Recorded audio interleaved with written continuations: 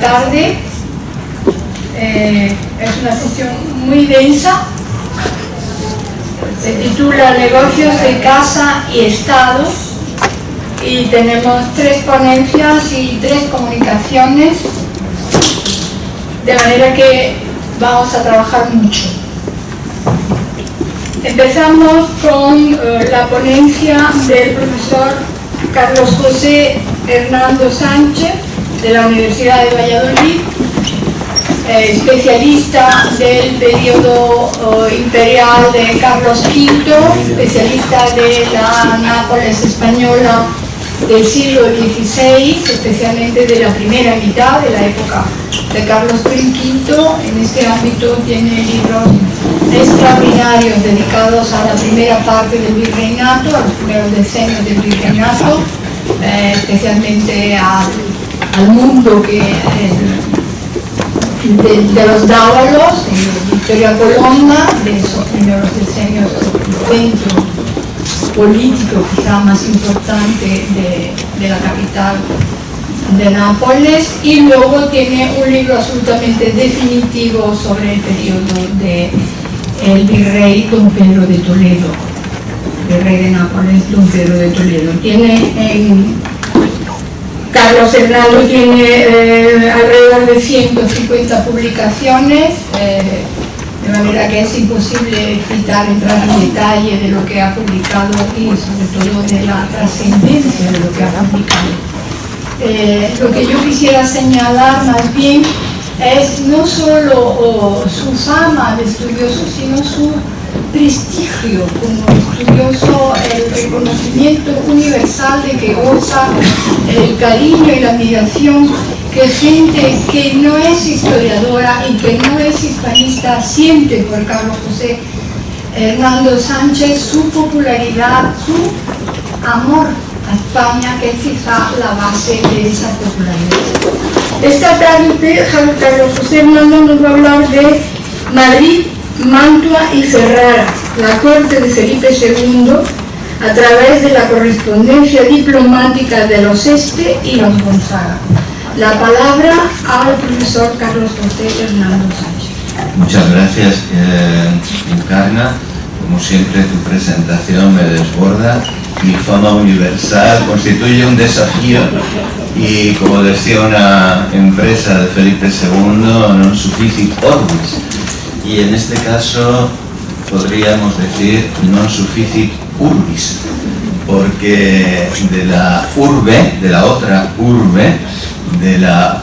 otra Roma,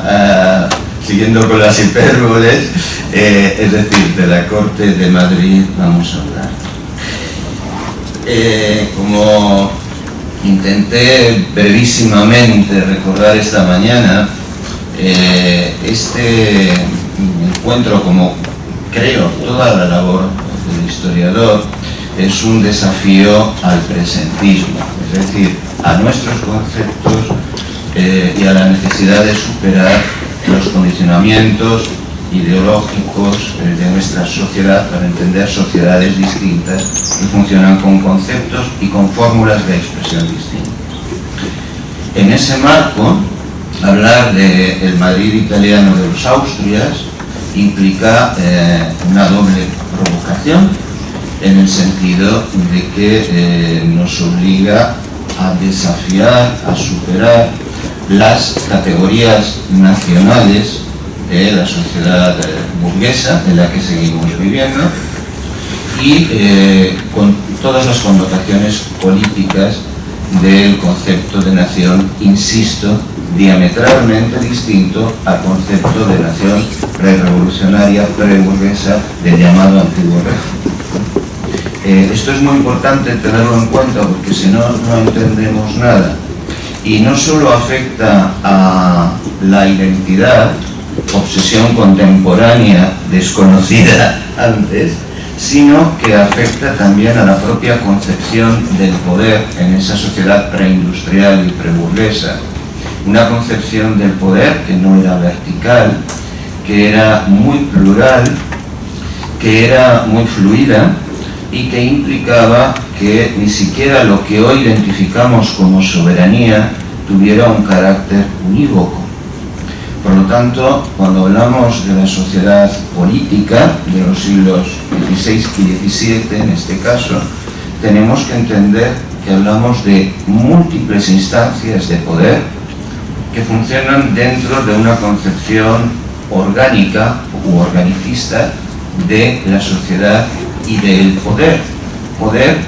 que no está disociado de la sociedad. Hoy hablamos del poder y de la sociedad civil. No, debemos olvidar esa dicotomía cuando hablamos de esos siglos. La sociedad política está formada por distintas esferas del poder. El concepto de esfera fue muy utilizado a partir del siglo XVI, obviamente tiene unas connotaciones cosmográficas evidentes, en relación con los descubrimientos, etc., pero se refiere también a la órbita donde gravitan esas distintas instancias de poder, con sus fórmulas de representación y con sus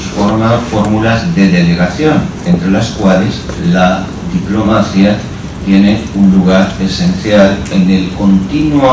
la continua negociación entre esas instancias de poder. Continua negociación que tiene como teatro principal las grandes cortes de la cristiandad, y entre las cuales figura en un lugar preeminente la corte de Madrid. Si han mirado el tríptico y el cartel de este congreso, habrán visto que en el tríptico hemos recurrido a tres imágenes. La primera es un detalle de las Meninas de Velázquez, representa a Nicolasetto Pertusato. Nicolasetto Pertusato, que está ahí como, más que como enano, como hombre de placer, que es como se decía en la época, de la familia real de Felipe IV, y que aparece pisando simbólicamente un león, bueno, un perro que podría ser un león, dentro de ese juego continuo de espejos también conceptuales que representa el sentido último de lo que Velázquez nos transmite, que a nosotros nos parece ambigüedad, pero en la época era fiel reflejo de esa pluralidad y de esa circulación de relaciones de poder. Nicolasetto Pertusato pertenecía a una familia del patriciado lombardo. Su ascensión en la corte fue muy notable. Unos años después de que se pintaran las Meninas, Pertusato alcanzó la condición de gentilhombre de cámara, llegó a estar a cargo de la farmacia real, murió en Madrid ya en 1710, su testamento español, claro, refleja la riqueza de sus compromisos y de sus entramados clientelarios. Pero casi más relevante es recordar que la familia de Nicolasetto Pertusato, que permaneció en Milán, gracias a su influencia en la corte, alcanzó también notables esferas de poder en el propio estado de Milán a lo largo de los reinados de Felipe IV y Carlos II. La segunda imagen es un cuadro atribuido al pintor flamenco Jan van Kelsen III, se ha hecho mención a él esta mañana, y representa la entrada en Madrid de otra figura relevante, el príncipe Eugenio de Saboya, en 1685, Carlos II, en la confluencia de lo que hoy es el Paseo del Prado y la carrera de San Jerónimo, con al centro el palacio que ocupa el solar donde hoy se encuentra el antiguo palacio de los Duques de Villahermosa, actual Museo Thyssen-Bornemisza. De hecho, por eso el cuadro está en el Museo Thyssen-Bornemisza, ¿no? En una carroza aparece el príncipe Eugenio de Saboya, acompañado por su madre Olimpia Mancini. Eugenio de Saboya había nacido en París, pertenecía a la rama de los Saboya de Cosignano. Su madre era sobrina del cardenal Mazarino. Representa esa fluidez de los intereses y de las relaciones de los grandes linajes y de los linajes no tan grandes entre las distintas cortes. La última imagen que le he puesto del tríptico es la representación de la monarquía de España en majestad, una matrona con los atributos del poder, en el fresco de Lucas Jordán. realizó en 1696 para Carlos II en el casón del Palacio del Buen Retiro, que es la apoteosis de la monarquía de España, iconográficamente interpretada, o fundación también, es conocida también como fundación de la Orden del Toisón de Oro, en la cual Lucas Jordán, Luca fa presto, como le llamaba Carlos II, pintor napolitano formado en la escuela del Españoleto, de Giuseppe de Rivera, nos brinda el final de esta trayectoria de 2 siglos que este encuentro pretende reflejar. La negociación de esos negocios de casa y Estado, llevada a cabo por Nicolasetto Pertusato y plasmada por Velázquez, nada menos que Las Meninas. La negociación finalmente fracasada de Olimpia Mancini y su hijo, para que buscaba una novia española que fuera muy fogosa, decía, que representa el cuadro de Van Kessel, nos remiten no solamente a esas distintas instancias de negociación entre ámbitos sociales muy distintos, evidentemente no era el mismo el ámbito, la esfera social de Pertusato que la de Eugenio de Saboya, pero también a 2 formas de ceremonialidad recurrentes en la corte y la villa de Madrid, corte y villa inseparables como el poder y la sociedad política lo eran en aquella temprana edad moderna. La ceremonialidad recluida que reflejan Las Meninas, bajo el control del aposentador mayor que ostenta la llave y que está en la escalera del fondo, y la ceremonialidad pública de este cortejo de la entrada de un príncipe italiano que nacido en París, que representa este cuadro de Van Kessel. Yo voy a hablar muy brevemente de una tercera fórmula de negociación que implica también, incluso de forma más evidente, otra forma de ceremonialidad, y que se refiere precisamente a la negociación diplomática entre estados, entendidos no en nuestro sentido de estado moderno, sino en el sentido de estado patrimonial, por lo tanto negociación inseparable de los asuntos de familia, de linaje y de las relaciones personales. Diplomacia, además, referida a 2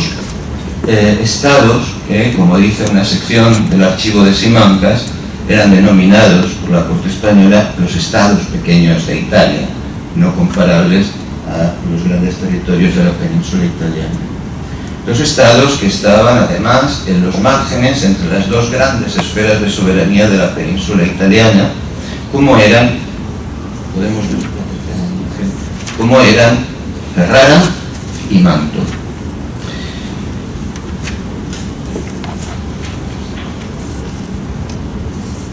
Hablar de las relaciones entre 2 pequeñas cortes en términos políticos del centro norte de Italia y la gran corte de la monarquía católica de la Casa de Habsburgo en Madrid no debe alejarnos ni por un momento de hablar de la realidad incluso material y física del espacio urbano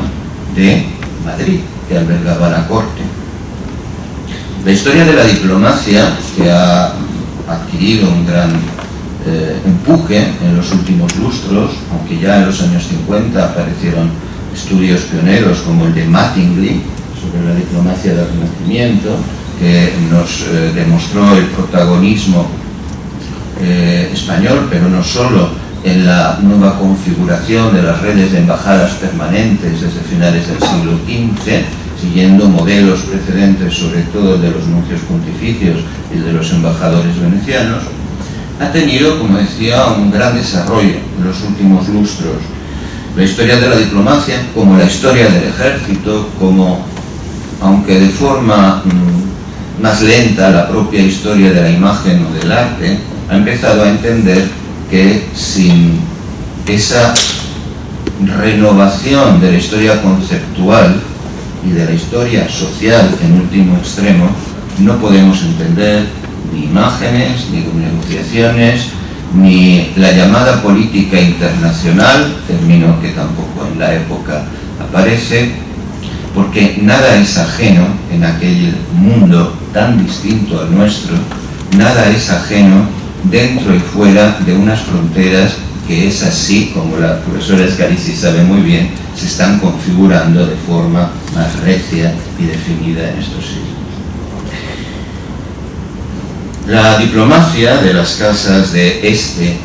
y de Gonzaga, es decir, de la casa que gobernaba el ducado de Ferrara y la que gobernaba el ducado de Mantua, a pesar de ser estados pequeños, era una diplomacia de una frenética actividad, precisamente para defender intereses asediados de esas dos pequeñas pero estratégicas dinastías. Esa diplomacia implicaba la gestión de unos intereses territoriales, clientelares, muy concretos, pero que podían tener lecturas e implicaciones incluso inesperadas. Fíjense en esta imagen que todos conocerán. Es un cuadro de Tiziano conocido como La religión socorrida por España, donde una ya íntima amiga de la profesora Encarnación Sánchez diría, la diosa Palas Atenea, yo prefiero llamarla así antes que Minerva, aparece, irrumpe, armada, con el escudo que lleva, si se fijan, que es el escudo de la monarquía de España, en vez del rostro de la medusa. Y frente a ella aparece la religión en la forma de una Venus púdica, y al fondo ese retazo de mar turquesa que solo los pinceles de Tiziano, inspirados en las lagunas venecianas, podían llevar a esa apoteosis del color, nos muestra a una figura coronada por un turbante que representa la amenaza del turco. Evidentemente estamos en los años de la Liga Santa, de Lepanto. Hay otra versión en Viena realizada para el emperador Maximiliano de Austria, el primo y díscolo pariente de Felipe II, donde se altera ligeramente la iconografía, pero la estructura sigue siendo la misma. Ahora bien, la historia de este cuadro es muy curiosa. Como muchos de ustedes sabrán,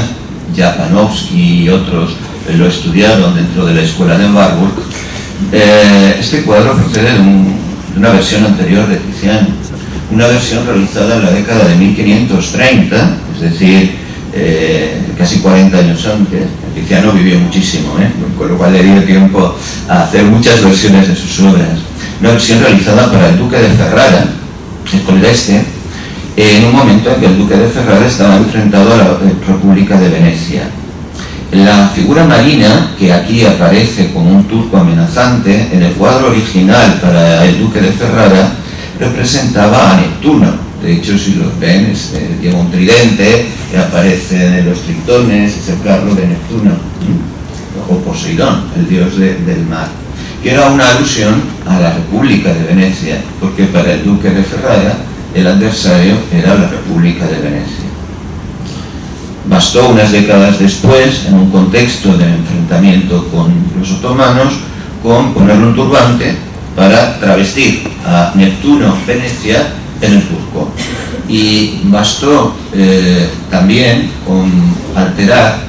y cubrir algunas partes de las dos grandes figuras femeninas, porque el cuadro inicialmente representaba el triunfo de la virtud sobre el vicio. Obviamente la virtud era Ferrara y el vicio era la ambición de Venecia. Ahora el vicio se cubrió públicamente y se convirtió en la religión, y la virtud se convirtió armada en Palas Atenea, España. La evolución iconográfica de esta obra de Tiziano, que vamos a dejar puesta durante el resto de la intervención, nos recuerda que los intereses del más pequeño Estado, en este caso italiano, pueden tener, como decía, repercusiones e implicaciones en la plasmación también simbólica de la gran política global de la monarquía de España. La renovación del estudio de la diplomacia en estos siglos ha tenido como uno de sus protagonistas, a mi juicio principales, los trabajos de una gran maestra, Daniela Frigo, cuyas obras no sé por qué no se han traducido en español. En un congreso en el que también participó la profesora Razzano sobre Felipe II, crisis europea, motivo del cuarto centenario de la muerte de Felipe II, que se celebró en Madrid, la profesora Frigo realizó una ponencia fundamental, a mi juicio, sobre el ducado de Mantua y la corte española en la edad de Felipe II. Este texto de la profesora Frigo da algunas de las pautas de la interpretación de la diplomacia y de la gestión de los negocios en la corte madrileña. Para la Casa de Este y el Ducado de Ferrara tenemos los estudios del profesor Gian Vittorio Signorotto y de Laura Turchi, que se han ocupado, por ejemplo, Laura Turchi tiene un magnífico estudio sobre las embajadas estenses en la corte de Felipe II en Bruselas, en los años 50, cuando la corte está en Bruselas. Hay que tener en cuenta que Mantua y Ferrara son dos estados no siempre amigos, pero con enormes relaciones. Los dos, como decía, están en la confluencia, en el límite, en la frontera, de dos espacios de soberanía que se dividen en el espacio italiano: el Sacro Imperio Romano Germánico al norte y el Papado en el centro y sur. Los dos estados, además, son lo que algunos han denominado estados geminados, es decir, están formados no solo por el Ducado de Mantua y el Ducado de Ferrara, sino que tienen otros territorios que están separados o apenas vinculados territorialmente con el Estado principal. El Duque de Ferrara, que como Duque de Ferrara es vasallo de la Santa Sede, es también Duque de Módena, y la soberanía del Ducado de Módena está disputada entre la Santa Sede y el Sacro Imperio. El Duque de Mantua, que como Duque de Mantua es vasallo del Sacro Imperio y está en relación con los intereses clientelares y faccionales del gran espacio de la llanura padana y también de la Lombardía, donde otras ramas de los Gonzaga tienen feudos importantísimos, baste pensar en Sabiamento y después en Gonzaga, o en Guastalda y en Ferrante Gonzaga, es también, además del Duque de Ferrara, además del Duque de Mantua, desde 1536 Marqués de Monferrato, elevado a Ducado de Monferrato en 1575. Y Monferrato es un territorio, un centro en Casale, estratégico, situado más lejos de Mantua, mucho más lejos de Mantua de lo que Módena lo está de Ferrara, entre Lombardía y el Piamonte de la Casa de Saboya, y por lo tanto disputado por la Casa de Saboya, pero también crucial para la defensa del Estado de Milán bajo control español desde los años 20 y de forma oficial desde 1535.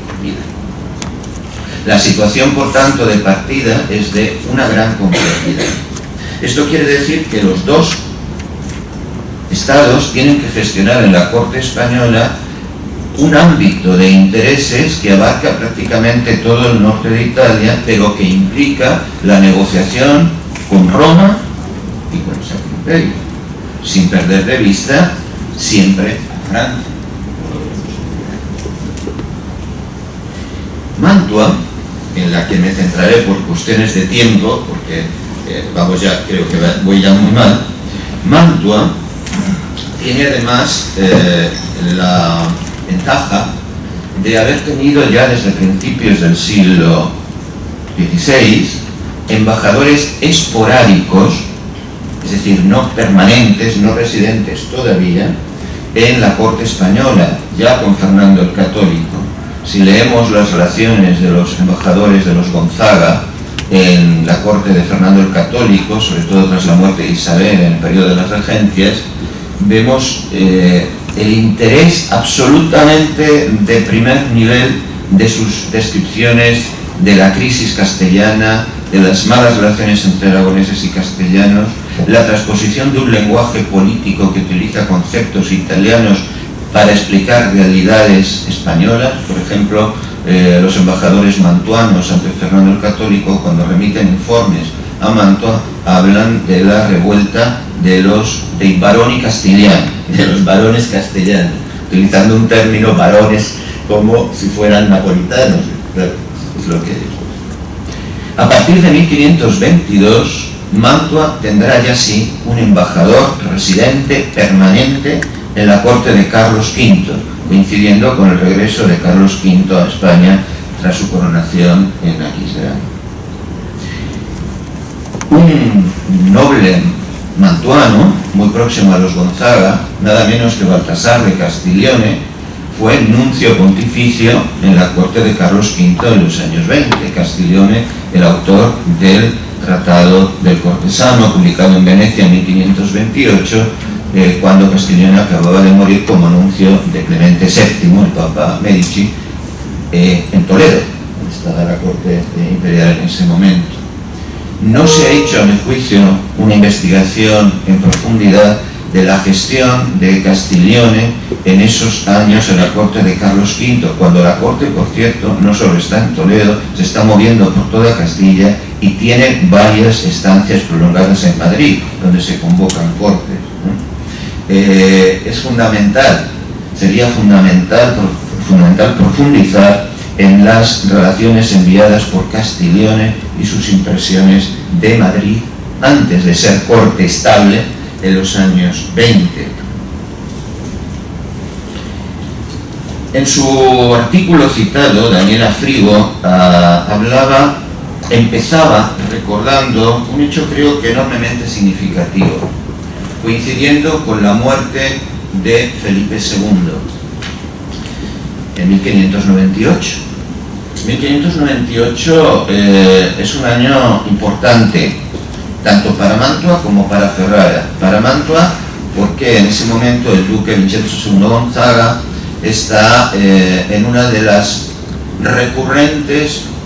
oleadas de ambigüedad en sus relaciones entre España y Francia. Para Ferrara, esto para Mantua, para Ferrara aún más, porque es el año en que el Papa definitivamente se cansa de los desafíos del duque de Ferrara, decide asumir directamente la soberanía feudal que ostenta sobre Ferrara, y toda la corte estense de la Casa de Este tiene que desplazarse de Ferrara, que abandonan definitivamente, y trasladarse a Módena, incluido el archivo donde ahora se encuentra. Por eso esta investigación se fundamenta en el estudio exhaustivo de los fondos del Archivio di Stato de Mantua, que sigue estando Mantua, a pesar del saqueo de 1630, y del Archivio di Stato di Módena, donde está todo el archivo de la Casa de Este, incluido su periodo anterior de la corte en Ferrara. Pues bien, en 1598 el embajador de Mantua en Madrid era Annibale Iberti. En una carta al duque Vincenzo, Annibale pedía el envío inmediato de un cavaliere di gran qualità para que expresara las condolencias de rigor por la muerte del rey Prudente y para que asegurara a la nueva corte española, es decir, a Felipe III, es decir, a Lerma, que Mantua seguiría siendo fiel a la monarquía católica. Pero además, Iberti brindaba una serie de instrucciones para lo que él llamaba ben negoziare en la corte de Madrid, y subrayaba su experiencia y su estrecho conocimiento de los ministros y los consejeros españoles, así como del ceremonial y del conjunto de la vida en la villa y corte. Es muy importante tanto en la corte como en la villa, en la ciudad. Daniela Frigo subrayó que la observación, otro concepto importante, la idea de mirar con los ojos, que es recurrente en la correspondencia oficial con todo tipo de oficiales y agentes, pensemos en los ingenieros militares, la observación de la corte española y de los personajes más influentes de esta, era uno de los deberes esenciales de los embajadores de Mantua, como de todos los embajadores. Es decir,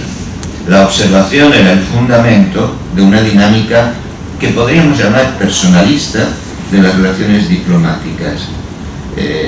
Concepto de dinámica personalista sobre el que ha insistido en algunos de sus trabajos también el profesor Manuel Rivero.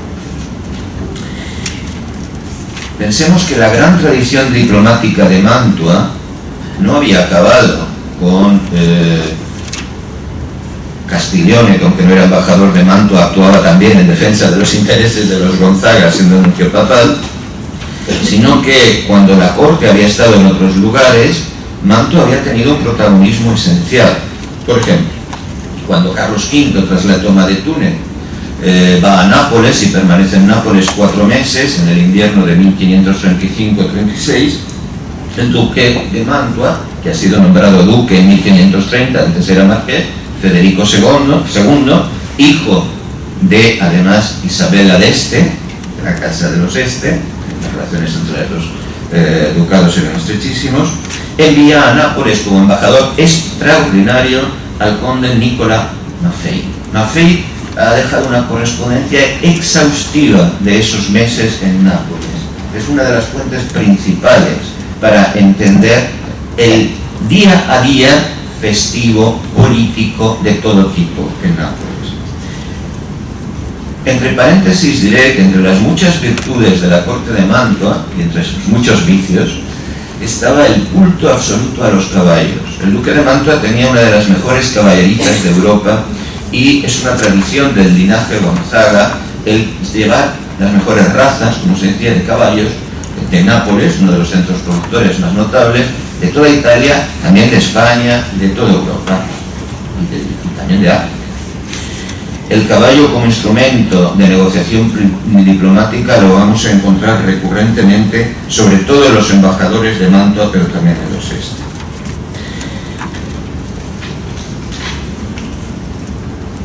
En 1549, el futuro Felipe II, entonces príncipe de España, que es el título que usaba, príncipe de España, visita Mantua al inicio de su felicísimo viaje, como antes la estancia de Carlos V en Mantua en 1530, que había dado lugar a la construcción del Palazzo Te por Giulio Romano, el gran agente artístico de los Gonzaga. La visita del príncipe Felipe a Mantua, que es celebrada con arcos triunfales, con una iconografía fundada en el recurrente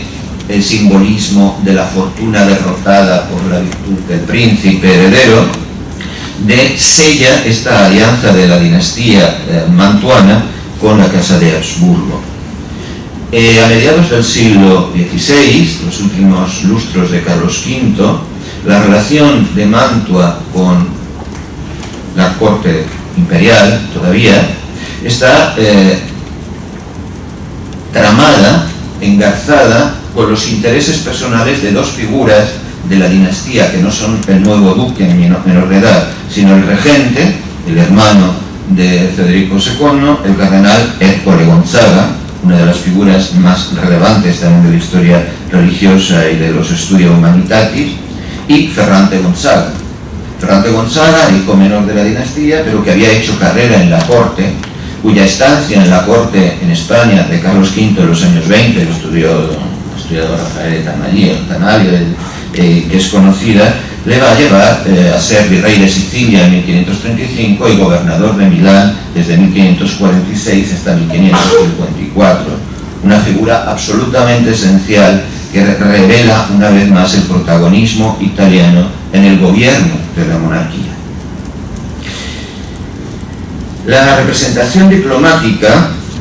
de los Gonzaga en España fue encomendada sobre todo a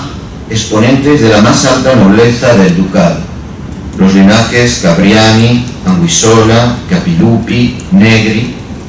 A mediados del siglo XVI tenemos grandes embajadores mantuanos en esa década esencial de 1550 del tránsito del reinado de Carlos V Felipe II. Guglielmo Cavaliati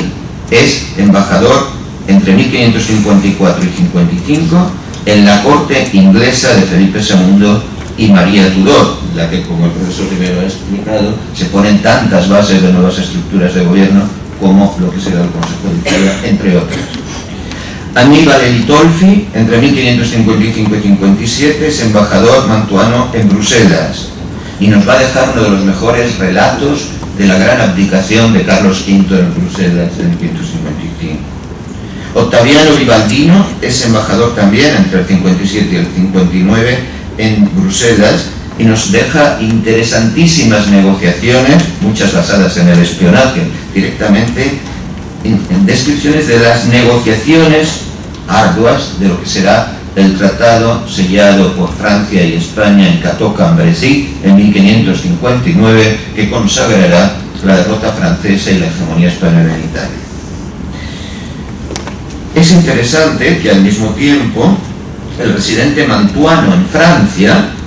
Ercole Strozzi, y este apellido nos remite a un linaje florentino de lealtades pro-francesas y republicanas, enemigo de los Medici y tradicionalmente de la causa imperial o española en Italia. Pues bien, Ercole Strozzi se encarga también de gestionar los intereses de los Gonzaga y en el Monferrato, puesto que el Monferrato estaba rodeado por el Piamonte, que estaba ocupado por los franceses desde 1536 y que solo tras Cateau-Cambrésis será devuelta a la dinastía saboyana en la figura de Manuel Filiberto de Saboya, el vencedor de San Quintín. Ercole Strozzi también va a comunicar, a mandar memoriales exhaustivísimos sobre las negociaciones por parte francesa del Tratado de Cateau-Cambrésis. Es interesante que frente a la importancia y el carácter permanente de los embajadores de los Gonzaga en la corte de Carlos V y luego de Felipe II, la corte española nunca tuvo embajadores permanentes en Mantua. Es revelador. Obviamente era algo menor, pero enviaba información recurrente desde sus agentes de los estados vecinos. Por ejemplo, Carlos V y el propio Felipe II escribirán al duque de Mantua comunicándoles sus empresas militares, manteniendo una relación directa. Y sobre la negociación de los asuntos de la corte de Mantua informará sobre todo el embajador de España en Venecia, que centraliza, en cierto modo, la información del norte de Italia. Por supuesto, Mantua, como Ferrara, tendrán agentes también permanentes en Venecia, que es la Serenísima, pero también en Milán, en el Milán español. Y los gobernadores españoles de Milán tendrán un grado de observación privilegiado sobre Mantua y Ferrara. Después de 1561, tras el establecimiento de la corte en Madrid, los principales embajadores de Mantua van a ser Girolamo Negri, que entra como embajador ya en 1561, cuando la corte está aún en Toledo, y que presencia todo el traslado de la corte desde Toledo a Madrid, y que en sus descripciones nos permite observar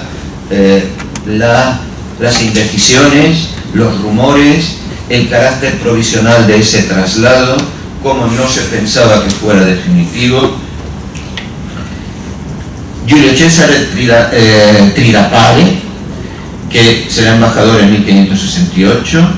Alberto Cambiani, que será embajador también en el 68, Gianfrancesco Anguissola, también en el 68. En este año se suceden porque es un año de grave crisis en Flandes y en otros lugares de la monarquía. Alessandro Capilupi, un embajador que estará mucho tiempo, desde 1571 hasta 1583, después Annibale Cabriani en 1583 y finalmente Annibale y Berti, ya mencionado, que había sido nombrado el mismo año de la muerte de Felipe II, en 1598. Las cartas de todos estos embajadores que cubren todo el reinado de Felipe II tienen entre sus temas recurrentes las quejas por el gravoso estilo de vida de la corte española. Los embajadores de Mantua, como los de Ferrara, se quejan continuamente de que es carísimo vivir en Madrid, que no tienen dinero para competir. ¿Para competir en qué? Para competir en reputación, para competir en honor, para competir en gasto suntuario. Pero esto no es una mera cuestión suntuaria, superficial, no, es algo mucho más profundo. Ese estilo de vida gravoso de la corte de Madrid refleja la dimensión de esta presencia italiana diplomática. Una dimensión que es ceremonial, que es política y que es indisociablemente suntuaria. La correspondencia diplomática nos brinda una cartografía política y también moral de la corte, pero sobre todo una cartografía simbólica. La angustia, la ansiedad por el acceso a las audiencias, no ya del rey, sino de ministros, de consejeros, incluso de nivel inferior, es constante y coincide con otro tipo de documentación de otros italianos. También podríamos hablar de los flamencos, pero las descripciones de los italianos siempre son muchísimo más minuciosas. Por ejemplo, las famosas memorias de Gian Andrea Doria, príncipe Gian Andrea Doria, sucesor de su tío, el gran Andrea Doria, que es un diario de la gestión del arte de negociar en la corte española de enorme exhaustividad. Junto a la batalla ceremonial, política y suntuaria, la batalla de la información. En 1571, por ejemplo, Alessandro Capilupi pedía a Mantua que le mandara más avisos sobre los asuntos de Italia, de cualquier parte de Italia y de Europa, decía, porque con esos avisos, con esas noticias frescas, fará comercio con otros embajadores y con otros ministros en Madrid, con el ministro de Ferrara y con otros ministros rivales, los del duque de Saboya, los del duque de Florencia, el gran duque de Toscana, etc. La urgencia de los avisos para satisfacer el gran mercado madrileño de la información y ganar la confianza de los ministros y de los consejeros españoles implica, o es indisociable también, de otra urgencia, la urgencia del regalo. Madrid es el gran mercado del regalo que es frecuentemente obra de arte, pero que es también frecuentemente soborno, en un sentido no siempre peyorativo, como nosotros le damos, no siempre, otras sí, porque habrá algunos que se dan. Bien. La correspondencia diplomática nos revela una razón técnica, una razón ceremonial y una razón jurídica de legitimación. La racionalidad del antiguo régimen, tan distinta a la nuestra, insisto, debe ser decodificada con sus palabras, con sus valores. La correspondencia, de la que no tenemos tiempo, porque creo que he superado un poco. ¿Cuánto queda? ¿5? Bien, nos deja algunos testimonios fascinantes. Una observación importante. Una parte de esta correspondencia está cifrada, pero afortunadamente en muchos casos, no siempre, se ha conservado la transcripción. En este arte de la cifra, de enorme actualidad, también los italianos eran maestros. En 1563, en el Nápoles virreinal, se publica nada menos que por Giovan Battista della Porta el tratado de Furtivis Litterarum Notis Vulgo de Ciferis, es decir, sobre las cifras. ¿De qué nos informan estas cartas? Fíjense, competencia ceremonial. En una carta de Negri, embajador de los primeros años, ese que fue testigo del traslado de la corte de Toledo a Madrid en el 61, encontramos referencias a la competencia de los embajadores de Florencia, de los Farnese de Parma y Piacenza y de Saboya. Y dice que, no tengo tiempo para leerlo, pero su majestad está tan cansado de las continuas alteraciones entre estos embajadores de estos señores duques que ha optado por no ir acompañado a las grandes ceremonias más que por embajadores de reyes, y que no vayan los embajadores de los duques. Nos informan también de hechos ceremoniales de una trascendencia enormemente reveladora. En 1561 Negri informa que recién llegada a la corte de Madrid, la reina Isabel de Valois dice, él andaba paseando por Madrid, estaba paseando por Madrid en coche, porque los coches eran. En un momento dado, al subir al coche, después de una parada ante la Basílica de Atocha, centro ceremonial de devoción de la corona, la reina, en la cola del vestido, queda fuera una parte de la puerta del coche, No se da cuenta el caballerizo mayor de la casa de la reina, que era el encargado de acompañar siempre a la reina cuando iba en coche, y el coche se pone en marcha. O sea, el caballerizo da la orden de que el coche se ponga en marcha. Afortunadamente, el cochero se da cuenta de que el vestido ha quedado atrapado en una rueda y que la reina está a punto de ser atropellada por sus propios caballos. Entonces para. Inmediatamente el caballerizo mayor, alarmado, va a interesarse por ver qué ha pasado, y sale el mayordomo mayor, que es el que había acompañado a la reina en el interior de la basílica.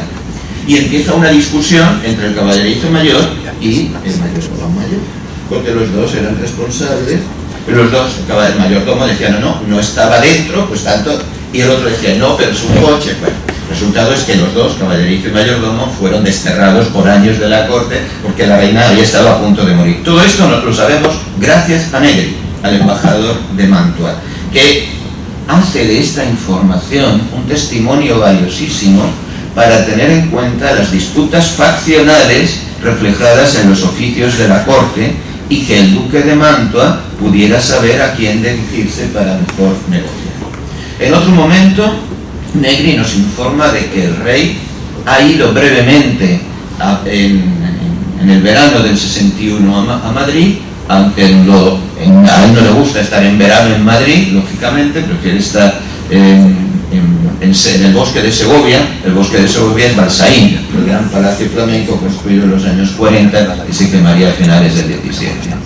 Pero ha ido a Madrid, dice, solo para ver las estancias del Alcázar, donde se están haciendo grandes obras que su majestad quiere que se acaben.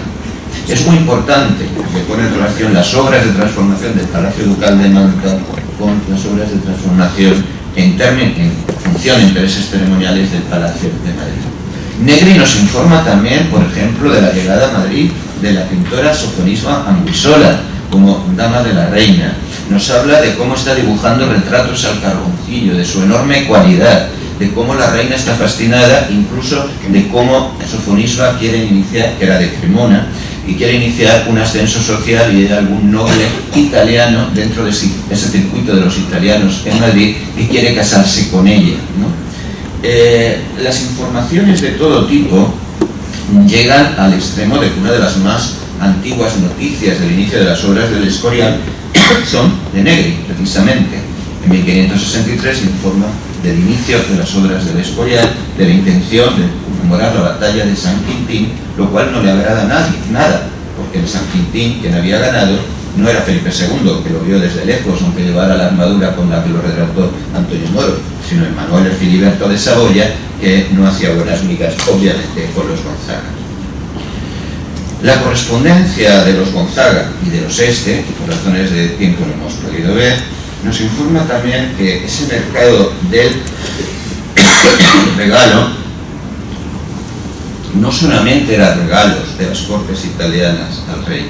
sino del rey a los italianos. Nepi informa en el 61, en diciembre, recién instalada la corte en Madrid, que Su Majestad ha dado una bellísima espada puñal, la definición espada puñal, y un cinturón con los ornamentos de oro macizo elaborados divinamente al embajador de Urbino para que lo lleve a su duque de la Rovere. Y este don, este regalo, lo ha acompañado con palabras tan amorosas, tan benignas, que no se podría adivinar o esperar más. Esto lo escribe con pupilo el embajador. Mercado del honor, teatro del interés, las embajadas de los Este y de los Gonzaga, que el inmenso material acumulado en los archivos de Mantua y de Módena nos permiten observar con casi precisión horaria, porque escriben a veces varias veces al día, en esa fluidez continua de correos, de mensajeros, que implican otra dimensión física también, el mantenimiento de una red material de comunicación indisociable de la ubicación de los embajadores en la Villa de Madrid, en casas alquiladas continuamente, desplazándose por una villa en transformación, que está además recibiendo proyectos de redefinición urbanística, como el que hará Juan Bautista de Toledo, llegado de Nápoles en el 59, que había sido maestro mayor de las obras del Virreinato de Nápoles, que no llegará a realizarse, pero proyectos coincidentes, por ejemplo, con los que el propio Manuel Filiberto de Saboya realizará cuando, imitando en cierto modo la decisión de Felipe II en Madrid, en 1563, es decir, los años después del traslado de la corte a Madrid, trasladará la corte de los Saboya de Chambéry a Turín, estableciendo Turín como sede permanente de la corte de los Saboya e iniciando un proceso de transformación urbanística que en cambio no se realizará en Madrid, que seguirá siendo una corte de tramoya, una corte de negociación, una corte de una diplomacia y una liturgia del poder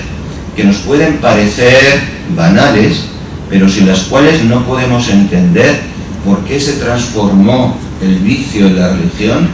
y por qué la virtud fue armada como Palas Atenea, mientras que Venecia quedaba muy lejos y en su lugar lucía Neptuno con un turbante. Muchas gracias.